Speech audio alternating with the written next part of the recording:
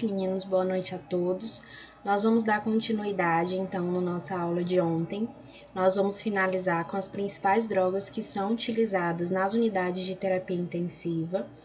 E, ao finalizar esse conteúdo, nós vamos estudar quais são os cuidados de enfermagem pós-morte do paciente. Para dar continuidade às drogas que nós iniciamos ontem, hoje nós vamos estudar a respeito da epinefrina. Ela é muito conhecida por todos vocês, mas por outro nome, tá? Muitas pessoas conhecem a epinefrina por adrenalina, tá? Mas são os mesmos fármacos. O que a epinefrina ou adrenalina faz? Ela é um vasopressor, ou seja, ela aumenta a pressão no interior dos vasos. Ela também atua como um estimulante cardíaco, sendo considerado um cardiotônico.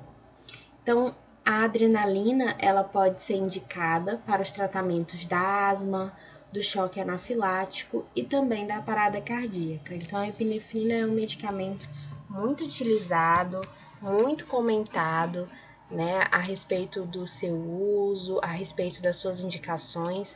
Vocês vão acompanhar muito, principalmente em casos de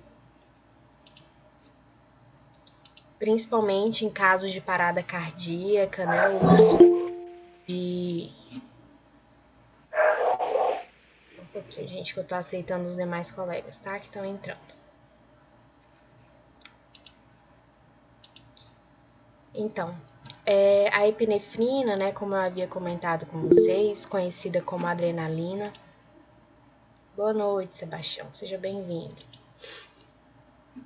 Conhecido popularmente como adrenalina, e vocês vão acompanhar muito o uso desse medicamento em casos de parada cardíaca, tá? Em casos de crises asmáticas também, enfim. Esse medicamento vocês poderão utilizá-lo como via intramuscular, tá? Na concentração de 1 mg por ml. Em adultos, a administração da adrenalina em via intramuscular é realizada no braço ou em crianças na face lateral da coxa. Após a aplicação subcutânea ou intramuscular, massagear o local da injeção para tornar a absorção mais rápida. Em casos de parada cardíaca, meninos, o ideal é que a administração da adrenalina seja realizada em via intramuscular.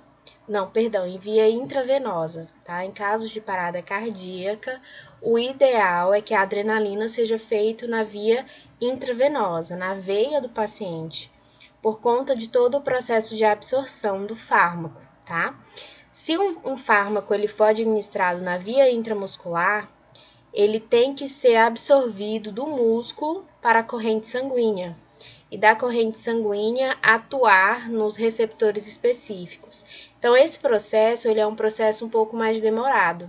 Quando você utiliza a via intravenosa, a resposta ao medicamento ela é muito mais rápida. Então, em caso de parada cardíaca, em caso de emergência, o ideal é que essa adrenalina seja feita na via intravenosa. Só que na via intravenosa, a diluição da adrenalina ela tem que ser um pouco maior, na proporção de 1 para 10.000 ou ainda mais diluída, sendo administrado de 0,5 a 1 miligrama a cada 3 a 5 minutos durante a ressuscitação. Acredito que vocês ainda não viram, não sei se vocês já viram, as manobras de reanimação, né? Mas a adrenalina ela é utilizada durante o processo de reanimação, tá? Justamente nesse período de tempo, de 3 a 5 minutos, e ela é feita na via intravenosa do paciente, certo? O midazolam, ele é um fármaco da classe dos benzodiazepínicos, é considerado um fármaco hipnótico sedativo e ele induz ao sono do paciente. Ele pode ser indicado para casos de insônia, para casos de sedação pré-cirúrgica ou sedação pré-realização de algum exame, tá? Pode ser indicado o midazolam.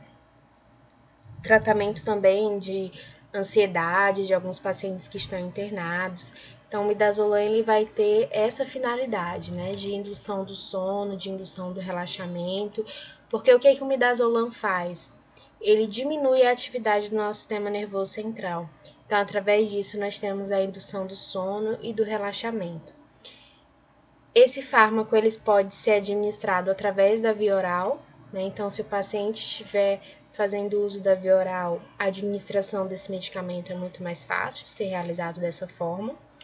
Ele deve ser ingerido inteiro, o paciente ele não pode mastigar, e é indicado que esse comprimido ele seja tomado imediatamente antes de deitar, porque o paciente ele vai ter uma indução muito rápida do sono. Então, para ele permanecer mais seguro, é necessário que ele esteja próximo à cama, que ele tome imediatamente antes de deitar, justamente para evitar que ocorra algum acidente. Nos adultos, as doses de tratamento indicados do midazolam são de 7,5 a 15 mg por dia. O midazolam ele pode também ser administrado na via intramuscular, tá? Com a concentração de 5 mg por 5 ml. Deve ser administrado em adulto, nas nádegas, e em crianças na face lateral da coxa. Lembrando, meninos, que sempre que a gente vai administrar um fármaco na via intramuscular, esse medicamento ele não é diluído, tá? Então, ele é feito na via direta. A gente não vai diluir um medicamento em água destilada, não vai diluir em solução fisiológica para administrar na via intramuscular. O que você pode fazer é reconstituir um medicamento. Então, se o medicamento ele vier no poliofilizado, o que você vai precisar fazer para administrar esse medicamento? Você tem que reconstituir ele, né, em água destilada, em água para injeção, para poder administrar, mas vocês nunca vão diluir, tá? E ele precisa ser feito na região das nádegas no adulto para ter uma via intramuscular profunda, tá? Principalmente por conta do volume que vai ser administrado. Se for administrado 5 ml da solução, não pode nunca ser feito no deltoide, então tem que ser no glúteo, tá? E o midazolam, ele também pode ser feito na via intravenosa direta, tá? Nessa mesma concentração de 5 mg por 5 ml, sendo que ele pode ser diluído em soluções como cloreto de sódio de 0,9% ou glicose a 5%. Certinho, gente? A noradrenalina, também conhecida como norepinefrina, quem for trabalhar nas UTIs, nas emergências da vida, vão preparar muita noradrenalina. A gente já conversou, né, alguns pontos a respeito da noradrenalina, algumas características. A gente já comentou que trata-se de um fármaco fotossensível, então, ao administrar a noradrenalina, vocês precisam ter muito cuidado com a exposição desse medicamento à luz. Na hora de administrar também, precisam ser utilizados equipos específicos para a administração desses fármacos. E o que a noradrenalina faz? Ela é indicada para certos estados hipotensivos agudos. Então, quando a gente identifica que um paciente está com uma pressão baixa, extremamente baixa, né, pode ser indicado o uso de noradrenalina para esse paciente. A gente já acompanhou pressões assim 7 por 5, 6 por 4.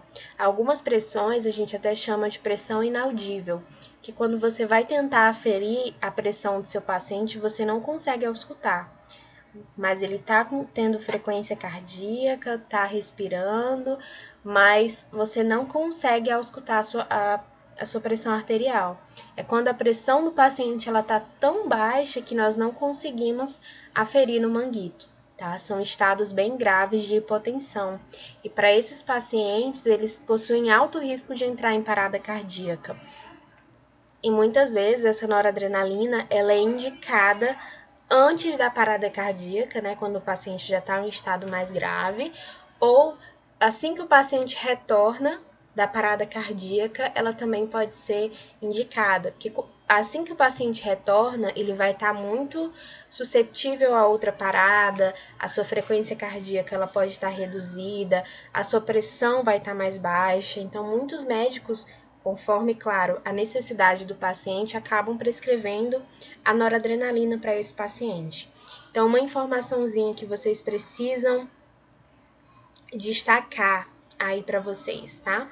A noradrenalina, então, é um fármaco fotossensível, é sensível à luz, ele não pode estar exposto à luz. E ele só pode ser administrado, meninos, utilizando a bomba de infusão contínua, tá? A noradrenalina, ela não pode ser feita sem a bomba, porque a gente precisa ter um controle muito rigoroso desse volume que está sendo infundido no paciente, nessa velocidade, tá?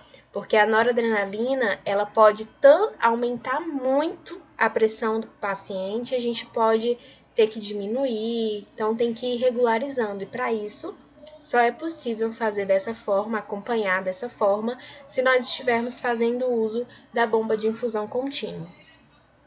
Então, ela é essencial durante essa administração, tá? Uma outra informação: a diluição da noradrenalina é feita em solução de glicose 5%, tá? Muitos autores não recomendam o uso de cloreto de sódio devido a alguns problemas de oxidação, né, com essa medicação. Então, eles não recomendam o uso de cloreto de sódio, certo? Então, vocês estão conseguindo perceber que a noradrenalina é um fármaco cheio de detalhes que vocês precisam estar muito atentos antes de administrar, tá? É um fármaco que vocês precisam ter um alto rigor ao realizar a administração desse fármaco. Em relação ao tempo de infusão, como eu havia comentado com vocês, deve ser feito em uso de bomba de infusão, tá? Com alto teor com alto rigor no controle da velocidade. Como que a gente realiza esse controle da velocidade? Então, por exemplo, se a gente observa que a pressão do paciente continua caindo, o que vai acontecer? A velocidade da infusão da noradrenalina ela tem que aumentar. O paciente está precisando mais desse medicamento, então ele precisa de um volume maior de noradrenalina. Agora, se a pressão do paciente está controlando, então a gente pode ir reduzindo aos poucos o uso dessa noradrenalina, tá? É assim que funciona. E outra informação muito importante é que ela só pode ser feita em veias de grosso calibre.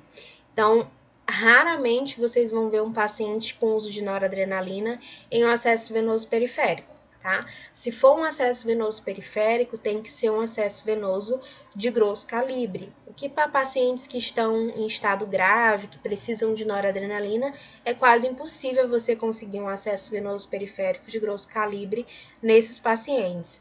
Então, o que recomenda-se? O uso de acesso venoso central, tá? Paciente que está fazendo uso de noradrenalina não pode ser administrada, não pode de forma nenhuma ser administrada em acessos, por exemplo, na mão, nos pés, de forma nenhuma, tá? Tem que ser um acesso de grosso calibre, de preferência um acesso venoso central, correto? Decorado, isso aqui vocês têm que saber, tá? Isso aqui é uma informação extremamente importante que vocês precisam ter em mente da sua função, da sua aplicabilidade. Vocês vão encontrar muito o uso dessa noradrenalina na prática, tá, meninos? Então, com a noradrenalina, nós finalizamos os principais medicamentos, tá, que são utilizados na prática.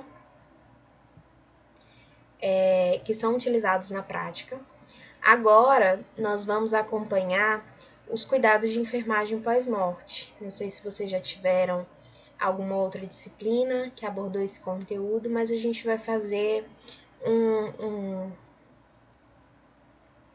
uma explanação geral do conteúdo, tá? De como que esse cuidado de enfermagem ele deve ser conduzido.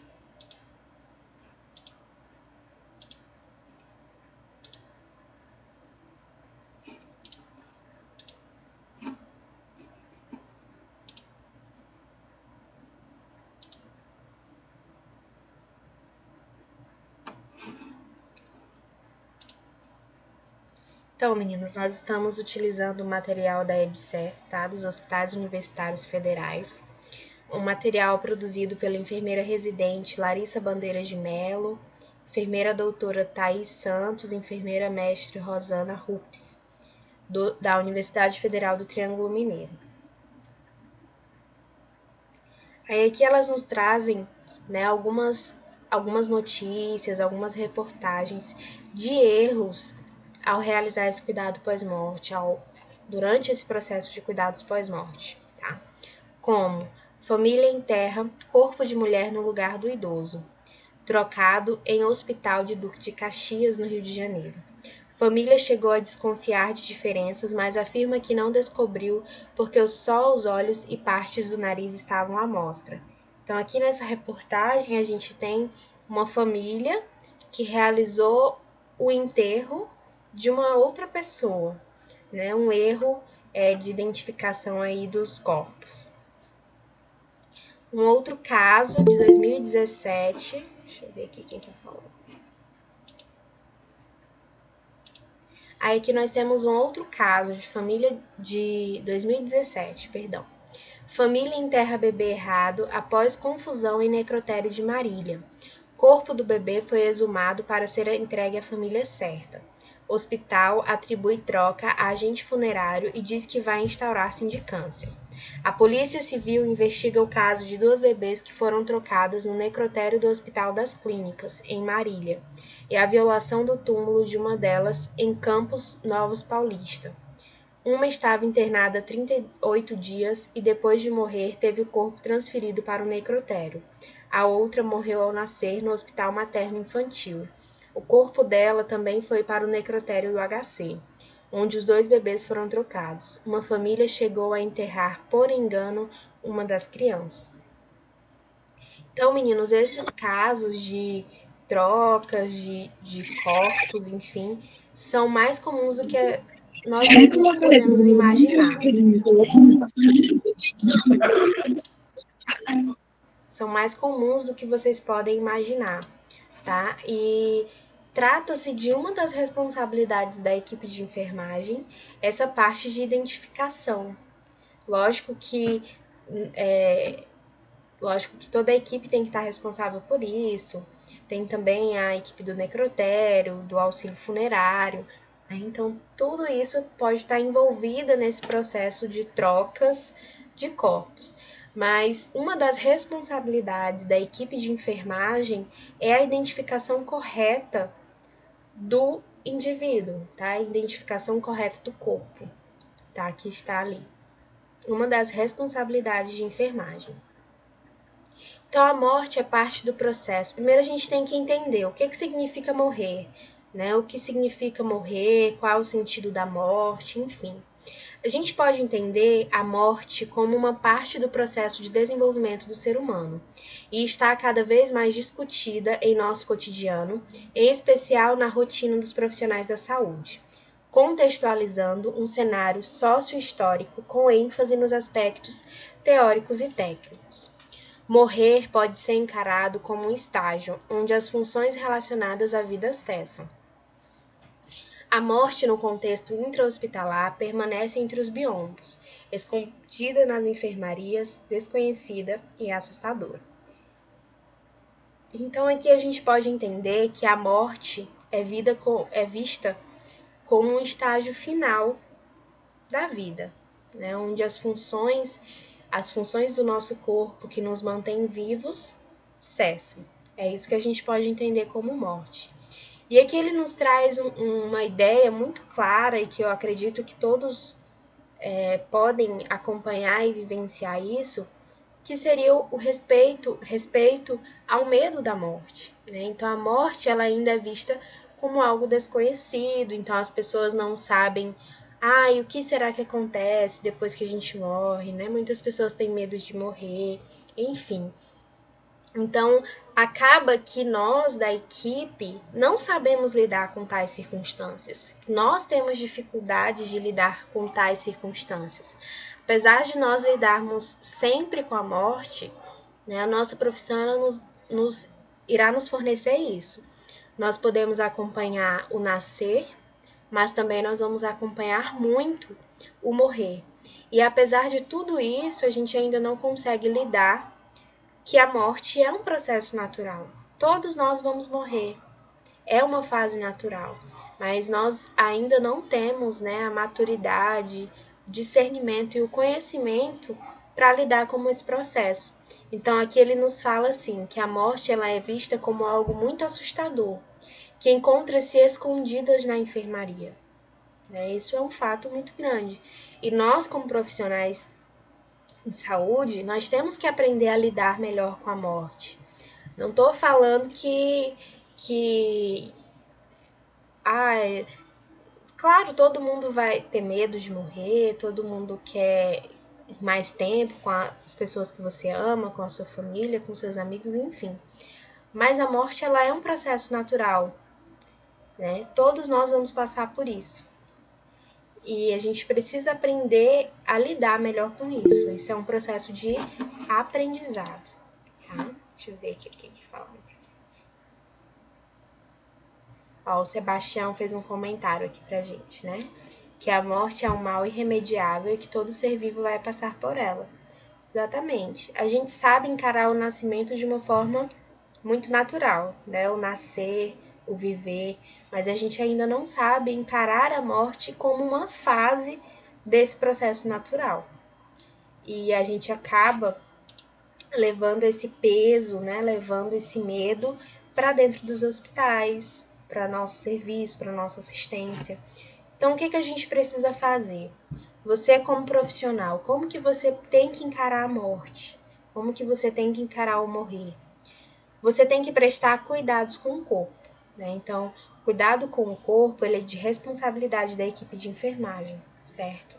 E para isso, vocês vão atuar com respeito, vocês têm que respeitar aquela pessoa que esteve ali, que tem toda uma história, né, que teve uma vida.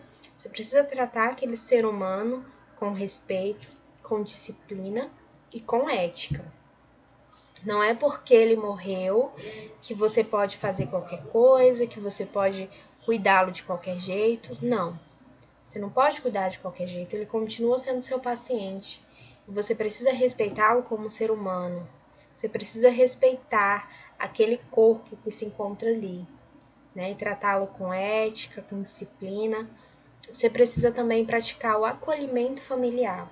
Então, esse processo é um processo muito difícil para a família. Muito difícil a família lidar com essa situação da morte. E a equipe, ela precisa acolher essa família, precisa cuidar dessa família, né? Então, quando você vai dar notícia do falecimento, da morte de alguém, você tem que saber falar, você tem que saber conduzir e você tem que respeitar aquela família com a qual você está falando. E, acima de tudo, uma assistência hospitalar humanizada da equipe que está envolvida. Então, vocês precisam ter um cuidado humanizado, meninos, durante toda a assistência que vocês estão prestando ao paciente de vocês. Desde o momento da admissão, desde o momento que você recebeu aquele paciente, até o momento da sua alta, da sua transferência ou possivelmente do seu óbito. Então, vocês vão trabalhar diretamente com todo esse processo. Vocês vão acompanhar do início ao fim do paciente de vocês. E isso precisa ser feito de forma humanizada. Eu sempre penso assim, para você ser um profissional humanizado, você tem que ter empatia. Coloque-se no lugar do outro. Se fosse o seu pai que estivesse ali deitado naquela maca, que tivesse falecido, o que você ia querer que aquele profissional que está cuidando daquele corpo fizesse? O tratasse com respeito, o tratasse com disciplina, cuidasse dele da forma como ele merece. Não é isso que você ia querer para o seu familiar, para quem você ama. Então, sempre que eu falo assim, vocês precisam ser humanos, vocês precisam ter técnicas de humanização, trabalhar com humanização. É simplesmente dizer que vocês precisam ter empatia, vocês precisam se colocar no lugar do outro. E se fosse eu? E se fosse alguém que eu amo? Como que eu iria agir diante de tais circunstâncias. Quando você começa a pensar dessa forma, as coisas elas vão melhorar muito no seu trabalho, na forma como você lida com todas as dificuldades. Então, segundo a resolução do COFEN de 564 de 2017, Código de Ética, seção 1, das relações com as pessoas, família e coletividade, das responsabilidades e deveres dos profissionais de enfermagem afirma: artigo 43. Respeitar o pudor, a privacidade e a intimidade do ser humano, em todo o seu ciclo vital, inclusive nas situações de morte e pós-morte. Então, encontra-se no nosso regulamento, né? Encontra-se no nosso regulamento que nós precisamos tratar o ser humano com total pudor, respeitar a sua intimidade, desde o seu nascimento até o seu momento de morte e pós-morte. E a Política Nacional de Humanização, de 2013, também nos traz tais afirmações, onde ela nos apresenta uma reflexão acerca da morte, né? Justamente essa questão de agir com naturalidade, de entender que é um processo natural do nosso ciclo vital. Atuar com mais eficiência e dignidade e compreender melhor a morte. Então, a partir do momento que você compreende a morte, que você estuda mais sobre isso, que você se dedica mais a isso, você vai entender o que é a morte significa, e você vai saber lidar melhor com tais circunstâncias. Então, nesses casos, o que a gente precisa fazer? Promover a humanização do atendimento aos pacientes e seus familiares. É nossa responsabilidade. Quando vocês se formarem, vocês vão fazer um juramento. E nesse juramento, vocês estarão jurando que vocês vão cuidar do outro. E o que significa cuidar do outro? É você tratar com humanização o próximo. Muitas vezes a gente esquece que o nosso paciente é um ser humano assim como nós. Muitas vezes a gente esquece isso. O trata como uma técnica, o trata como um número, como uma doença, e você esquece que ele é um ser humano assim como você. Isso não pode acontecer, tá? E como que nós podemos humanizar esse atendimento? Através da amenização das dificuldades no trato com a morte. A gente precisa entender que vai ser uma situação muito difícil para a família, para os entes queridos, né, do falecido, mas a gente precisa de alguma forma tentar amenizar essas dificuldades, tentar acalentar, né, conversar com a família, explicar o que aconteceu, sempre reforçar o trabalho da equipe, que a equipe se dedicou àquele paciente. Isso de alguma forma traz um conforto melhor à família e todos aqueles que estão acompanhando aquele paciente. E aí, o que acontece com o corpo após o óbito? Então, vamos supor que vocês estavam cuidando de um paciente. Esse paciente, infelizmente, teve uma parada cardíaca, foi reanimado, mas esse paciente evoluiu ao óbito, tá? Em alguns minutos após a parada. Não reanimou, não foi possível a reanimação desse paciente. O que vai acontecer? Primeiro vai ter o relaxamento das musculaturas, né? Então todas as musculaturas elas estarão relaxadas, e também o relaxamento dos esfínteres, esfíncter anal, tá? Uretral, e aí por isso que pode acontecer a liberação de alguns fluidos fisiológicos, né? Então, pode sair secreção pela boca, pelo nariz, pelos ouvidos, pelo ânus, tá? Então, por isso que vai ser importante um processo que nós chamamos de tamponamento, devido justamente a esse relaxamento dos esfínteres. E após isso, nós vamos também ter o enrijecimento cadavérico, né? Então, o corpo ele começa a ficar rígido. Para isso, a gente precisa colocá-lo em uma posição anatômica, em uma posição, né? Ele precisa estar em decúbito dorsal, com as mãos cruzadas, né? Os pés retos, justamente para quando, né, houver esse enrijecimento cadavérico, ele está na posição adequada. E aí aqui eu estou apresentando a vocês uma rotina operacional padrão desse hospital universitário, tá? Lembrando que trata-se de uma rotina daquela instituição. Então, pode ser que, dependendo da instituição na qual você vai trabalhar, na qual você vai estar inserida, essas rotinas elas podem ser diferentes, tá? Elas podem variar conforme o setor no qual você está envolvido. Então, quais são as competências, né, desse processo de cuidados pós-morte? Depende do enfermeiro, do técnico auxiliar de enfermagem e do escrituário. Quais são as normas, então? Aguardar a constatação verbal e por escrito do óbito pelo médico para iniciar os procedimentos de cuidados e de encaminhamento do corpo. Então, nós precisamos, primeiramente, aguardar a constatação verbal e por escrito do óbito. Quem constata óbito, meninos, é o médico.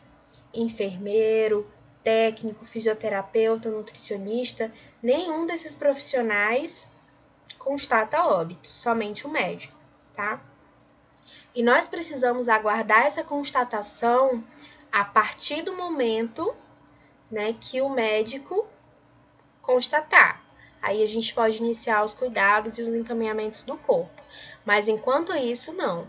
Você tá vendo o paciente está lá sem frequência cardíaca, não tá respirando, não tem PA, tá morto. Você tá vendo que o paciente está morto. Mas você só vai iniciar os cuidados pós-morte após a constatação verbal do médico, tá? Isso é responsabilidade médica. O corpo deverá ser preparado seguindo os passos descritos no procedimento operacional padrão institucional Cuidados com o corpo após o óbito. Os fixadores externos deverão ser retirados pelo médico antes do corpo ser encaminhado aos serviços de patologia. Esses aqui são algumas orientações, tá, para quando os pacientes eles são encaminhados para serviços de patologia, para o IML, para a identificação da causa da morte do paciente. Mas nem todos os pacientes necessitam passar por todo esse protocolo. O corpo cujo óbito for consequência de morte violenta ou de causa desconhecida, constatado no período inferior a 24 horas de internação, e que será encaminhado ao Instituto Médico Legal e ao Serviço de Verificação de Óbitos, não deverá ser higienizado e tamponado, a não ser que haja um grande extravasamento de fluidos e secreção.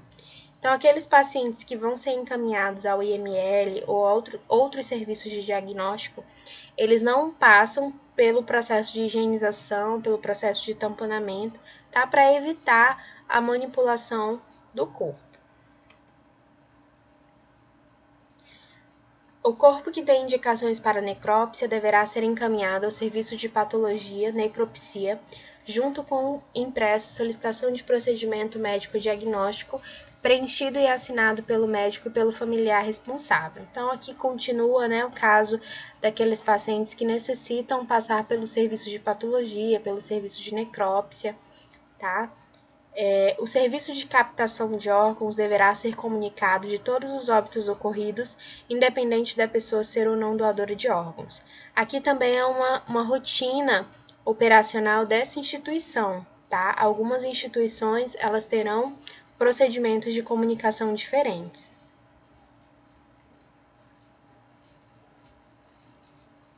Aí aqui nós temos algumas particularidades, né? Quando o feto, meninos, morre, né, um feto morto com idade gestacional menor que 22 semanas ou com peso inferior a 500 gramas, nós chamamos de produtos de aborto, tá? Nós não chamamos de natimorto, sim, produtos de aborto. Esse produto, então nós devemos encaminhar, né, o feto morto com a placenta imersos em formol, impresso solicitação de procedimentos anatomopatológicos preenchidos e assinados pelo médico. Porque esse produto de aborto, ele vai ser avaliado, né, vai ser estudado para identificar qual foi a causa desse abortamento, tá?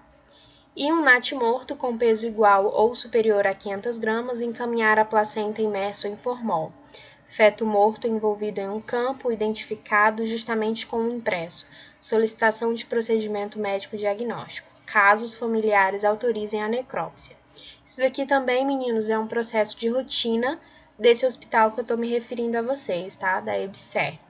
Então, algumas instituições, elas possuem processos de rotina diferentes, que vocês vão precisar se adaptar à rotina, à instituição na qual vocês estão envolvidos, tá bom?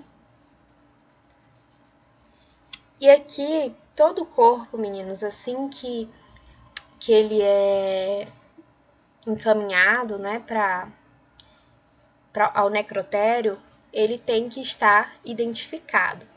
Essa identificação tem que ter o nome completo do cliente, o registro geral do hospital, que nós chamamos de prontuário, né, o número do prontuário, o local em que ele estava internado, a sua data de nascimento, a data e o horário de óbito e o nome de quem realizou os cuidados.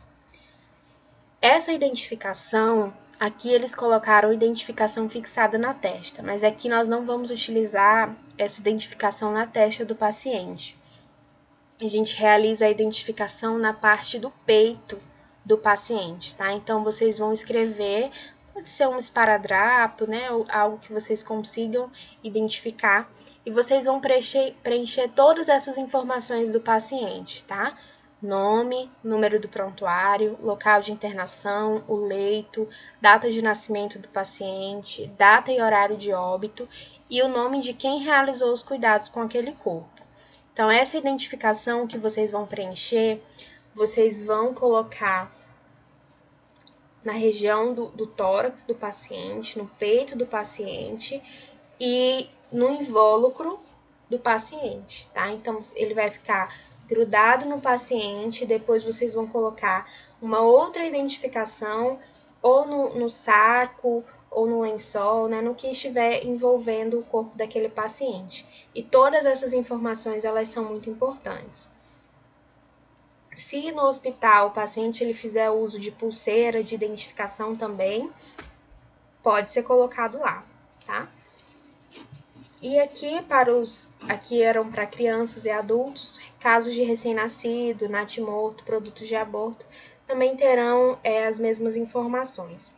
Só que aqui nos casos de recém-nascido, natimorto, como eles não têm registro, então nós vamos identificar como RND e o nome completo da mãe, tá?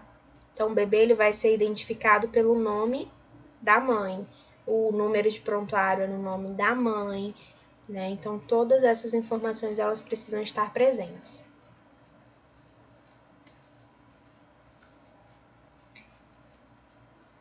E aqui nós temos a descrição das tarefas, então a responsabilidade de cada um nesse cuidado pós-morte. Então, ao enfermeiro cabe a assistência, o acompanhamento, a designação de tarefas, o escrituário hospitalar e a supervisão, tá?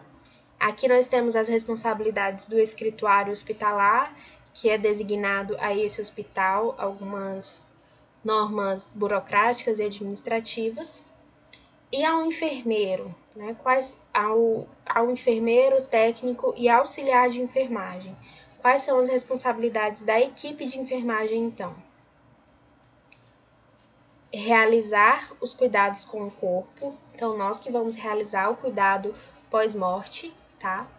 Aqui entra também os serviços de patologia e necrópsia, né? A parte de encaminhamentos, enfim. Encaminhar o corpo até o necrotério, realizar a anotação de enfermagem e também realizar a desinfecção terminal. Então, assim que o paciente entra em óbito, né, vai a óbito, depois que você realiza todos os cuidados pós-morte, você precisa realizar também uma limpeza terminal naquela unidade do paciente, tá?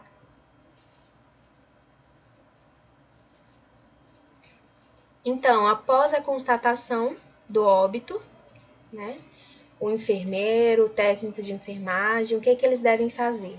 Cuidar do corpo, deixando-o limpo e identificado, evitar eliminações de flatos, secreções, sangue e mau odor, e colocar o corpo em posição anatômica para o sepultamento, e preservar sempre a imagem do paciente, porque quando você preserva, né, a imagem, cuida da imagem, você está tratando também a humanização desse paciente da qual você está prestando assistência. Então, aqui, primeira coisa, deixa eu voltar aqui. Aqui nós temos alguns materiais que vocês vão precisar utilizar ao realizar esse cuidado pós-morte, tá? A primeira coisa é EPI, meninos. Então, vocês precisam estar de avental, touca, máscara, sapato fechado, tá? É um procedimento com alto risco de contaminação. Então, vocês precisam ter muito cuidado ao realizar esses cuidados, tá? Aqui nós temos um aspirador, né, no caso de pacientes que estão liberando muita secreção oral, nasal, e a gente pode realizar esse processo de aspiração dessa secreção, tá? Aqui nós temos algumas pinças que vocês vão utilizar para fazer o tamponamento, tá? Aqui nós temos algodão, gases e esparadrapo, que vocês também vão utilizar, né, vocês vão utilizar para fazer o processo de tamponamento, curativos de acesso. Se o paciente tiver alguma ferida, o que você vai fazer? Você vai trocar aquele curativo, tá? Você tem que entregar o paciente da maneira mais limpa e higienizada possível para sua família, tá? Para você dar conforto aos familiares, aqueles que perderam, né, o seu parente, enfim. E aqui nós temos um biombo, meninos. Então, sempre que vocês forem realizar esses cuidados pós-morte, vocês também precisam realizar de forma a preservar a imagem desse paciente. Então, sempre que for realizar um cuidado pós-morte, tem que proteger com biombo. Até mesmo para que um paciente que está do lado não veja o que você está fazendo, porque ele vai ficar com medo, ele vai ficar assustado. Muitas pessoas nunca viram uma pessoa morrer, nunca viram realização desse tipo de procedimento.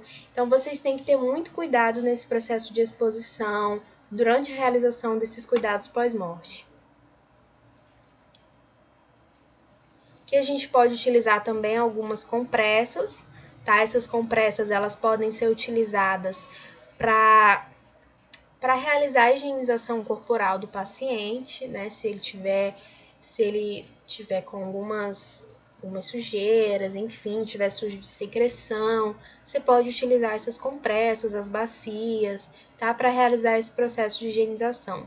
Uma maca com rodinhas para você realizar o transporte do corpo, um hamper para você descartar os lençóis, né, o material de rouparia contaminado, um saco de lixo comum para você descartar os lixos comuns, restos de embalagem, enfim, um saco de lixo infectado, tá, para você descartar o lixo infectado.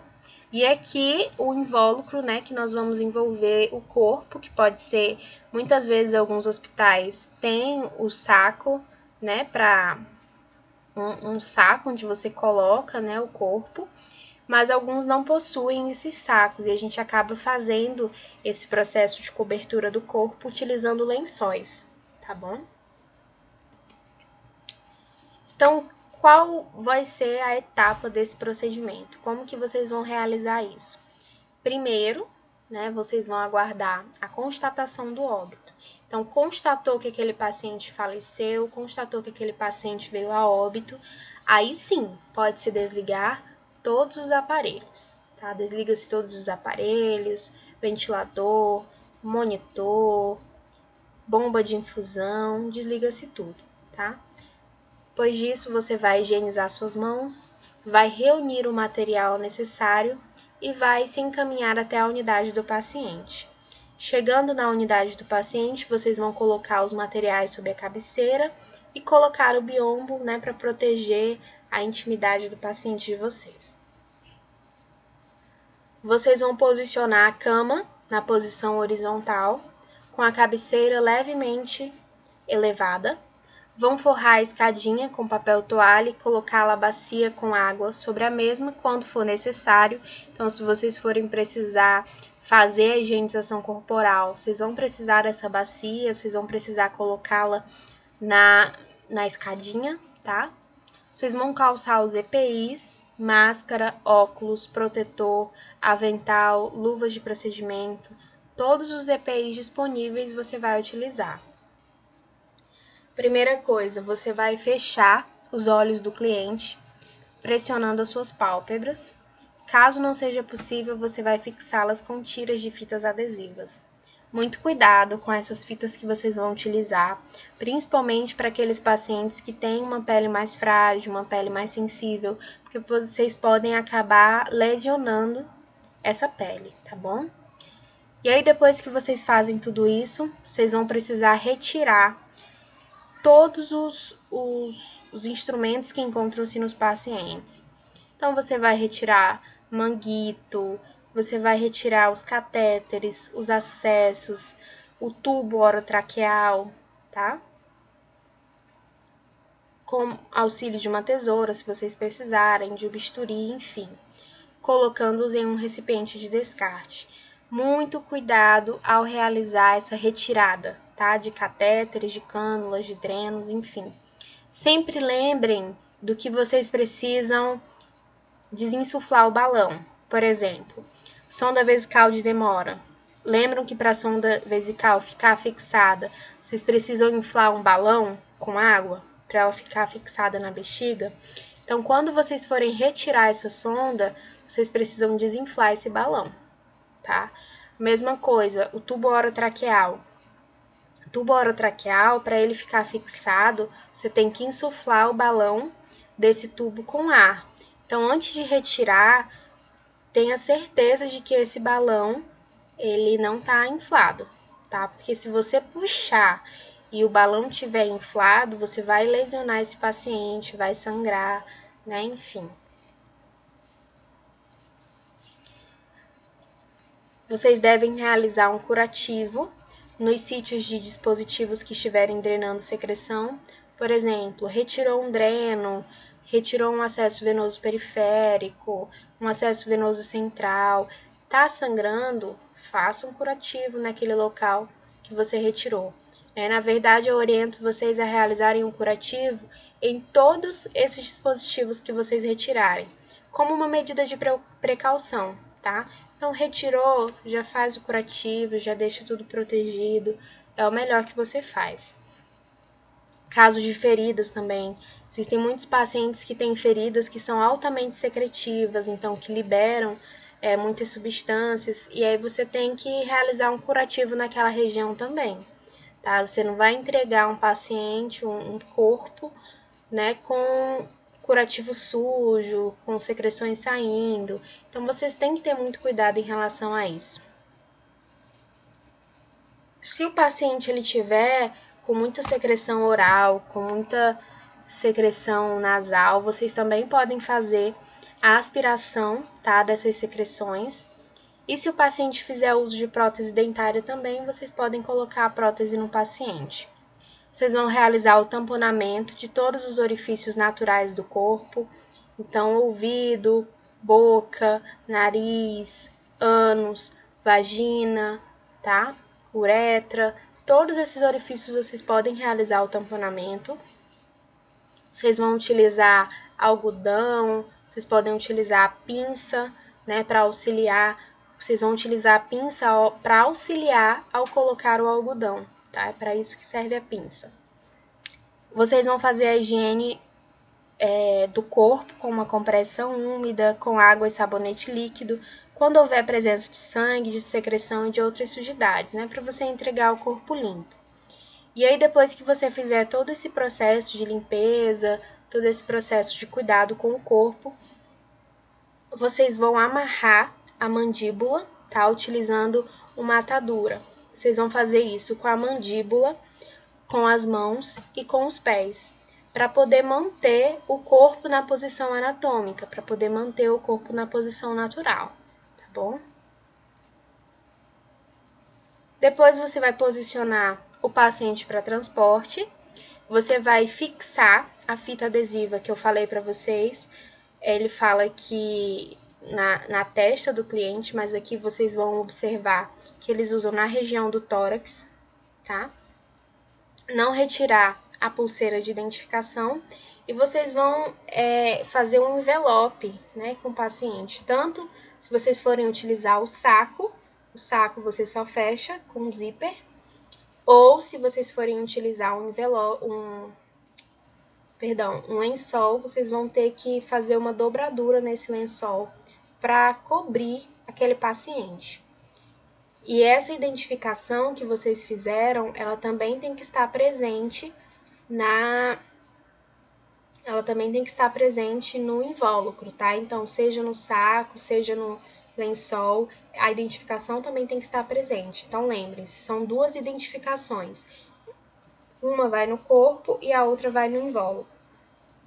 Então, após isso, você vai higienizar as suas mãos, trocar as luvas, encaminhar o corpo, né, ao necrotério, enfim.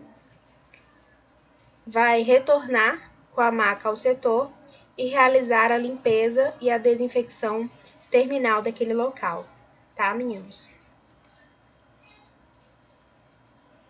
E aqui nós temos alguns relatórios e anotações de enfermagem.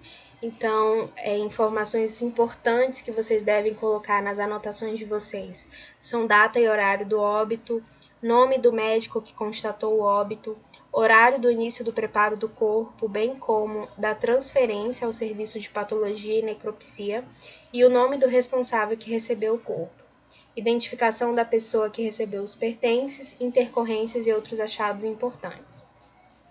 Alguma dúvida, meninos?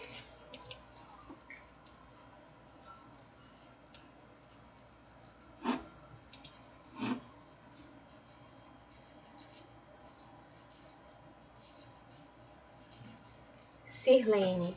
Quem faz isso? É técnico de enfermagem? Os cuidados com o corpo? Sim, Sirlene.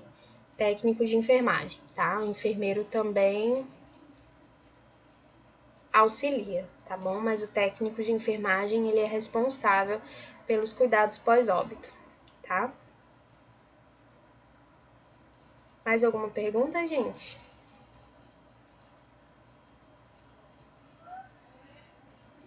Tranquilo, né?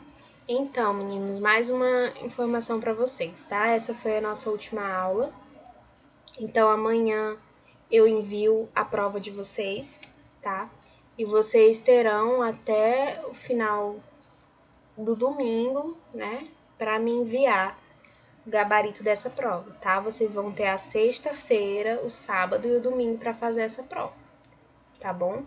E aí, se tudo der certo, na segunda-feira eu já envio para vocês as notas, tudo direitinho. Combinado? Então tá bom, meninos. Essas aulas, sim, a prova vai ser escrita, tá? Vocês podem me enviar só o gabarito, tá? Vocês não precisam copiar as questões, copiar nada disso. Vocês podem me enviar só as respostas da prova, fica mais fácil para vocês. Tá bom, gente? Então é só isso. Boa noite a todos, tá? Boa prova amanhã. O vídeo da aula de ontem e de hoje eu vou enviar amanhã para vocês também, tá? Para ajudar aí na resolução da prova. Boa noite a todos. Amanhã a gente se fala. Até mais.